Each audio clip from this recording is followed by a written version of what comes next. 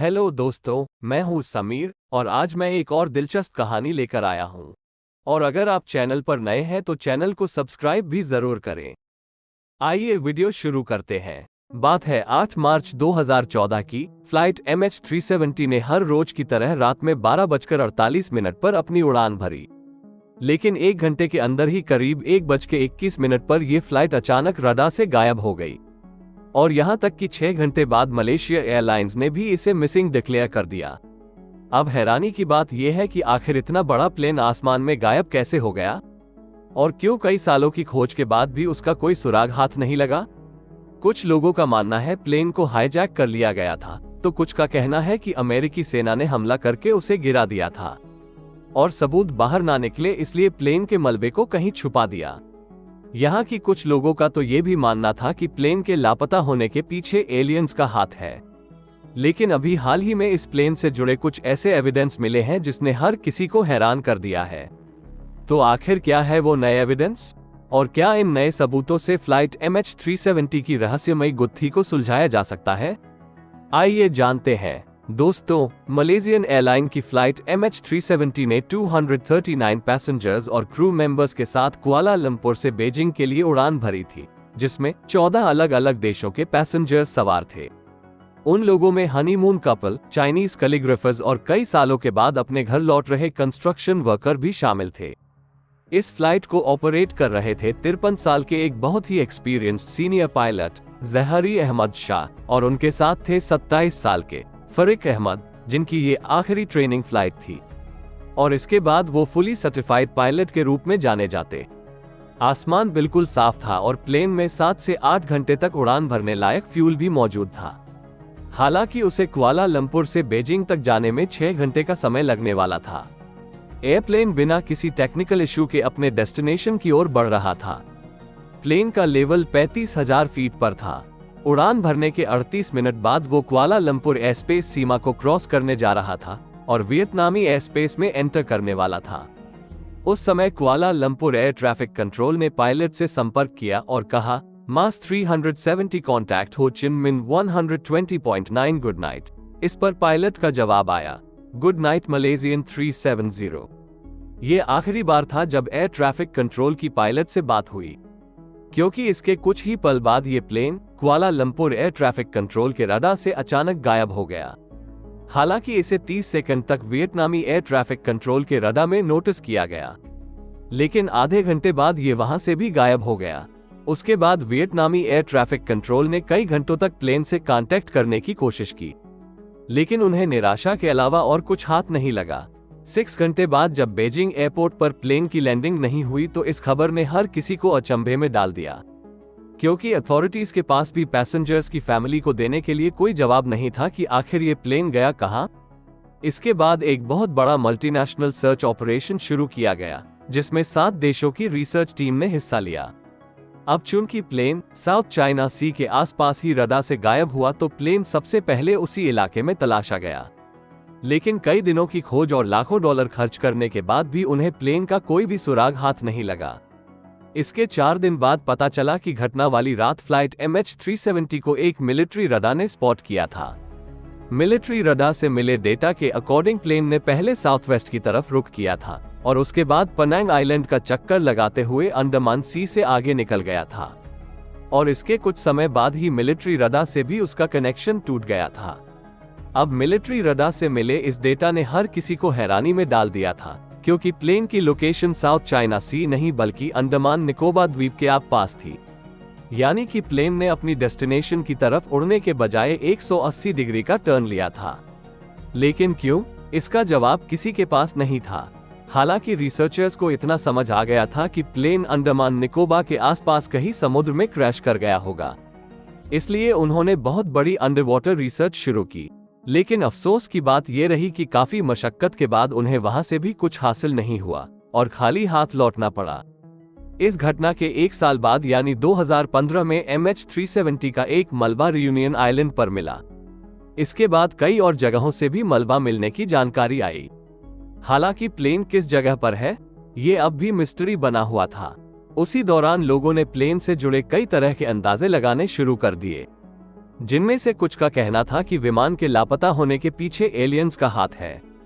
वही कुछ का कहना था कि विमान उस जगह गायब हुआ जो बरमूडा ट्रायंगल के बिल्कुल ऑपोजिट था, यानी उस दिशा में भी बरमूडा ट्रायंगल जैसा कुछ मौजूद है जिसने विमान को निगल लिया।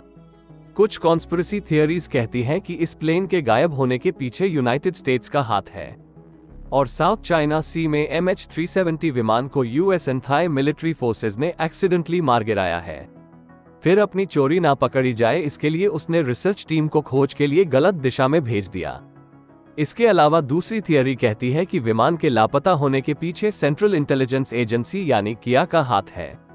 कुछ लोगों का अंदाजा था कि प्लेन में कुछ इजरायली एजेंट्स घुस गए थे जिन्होंने इस प्लेन को हाईजैक कर लिया था।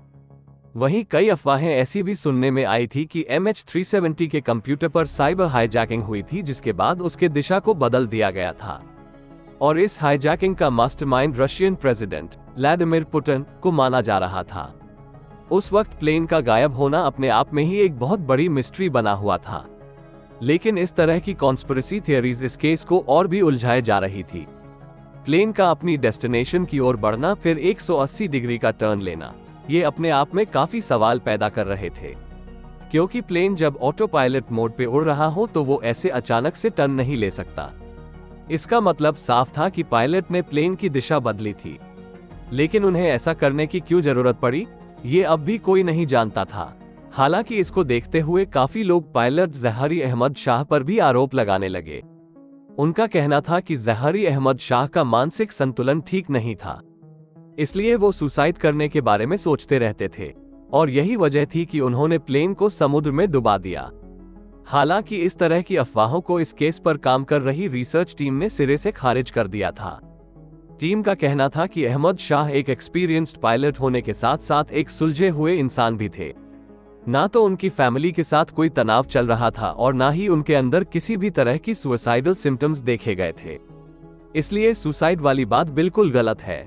इसके अलावा एक और अंदाजा लगाया जा रहा था कि प्लेन में कोई टेक्निकल प्रॉब्लम आ गई थी, जिसकी वजह से पायलट ने आगे बढ़ने की जगह वापस कुआलालंपुर एयरपोर्ट पर रिटर्न होने का सोचा।